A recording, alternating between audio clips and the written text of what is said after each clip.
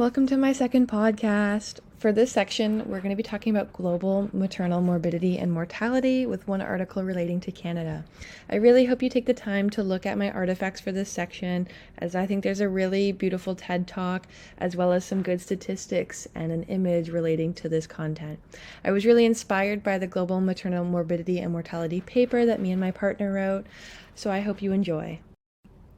So I was really inspired to write this or to do this podcast on this topic after writing the paper, as I believe it really opened my eyes to the inequalities within maternal health and how it not only impacts those within Canada, but those surrounding the globe. For this section, I predominantly use the feminist lens coupled with heavy relational inquiry into the dynamics that affect maternal morbidity and mortality, as I believe a large factor that impacts this demographic involves the gender power dynamics of couples, the factors that impact women throughout the globe involving discrimination, and the lack of resources/research directly impacting women and or childbearing individuals' well-being. The first article that I analyzed involves specific socioeconomic factors related to maternal health and adverse birth outcomes within Canada. This article discusses the maternal inequalities related to socioeconomic status divided amongst urban and rural mothers or childbearing individuals. The findings of this article included that childbearing individuals in rural areas of Canada can highly suffer from neighborhood deprivation, that individuals from lower socioeconomic status can participate in more unhealthy maternal behaviors, which can couple or be worsened by their limited access to healthcare resources and prenatal care.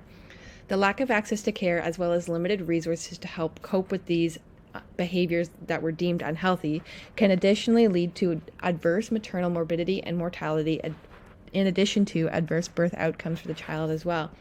This is something we need to consider in our practice as to why in Canada we still have childbearing individuals with a lack of healthcare access, and we need to consider ways to bring them the appropriate care that they need and deserve.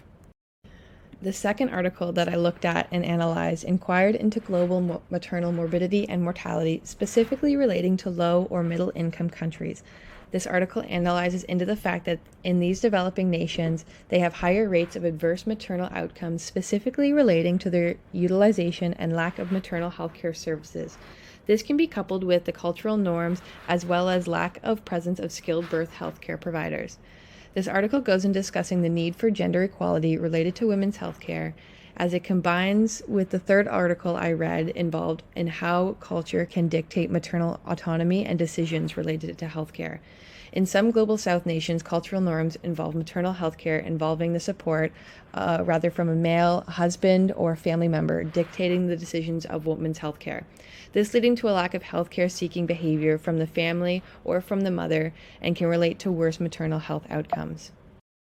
When going forward in our practice, I really hope we all take into consideration the cultural competency that we learned relating to this, as some people within Canada might not see the need for a male to be involved in healthcare seeking behavior, as it might not be a part of our culture, but that is something we need to be respectful and mindful of in future. I also believe that when taking on situations such as this, we can implement lots of education into the importance of healthcare seeking for mothers.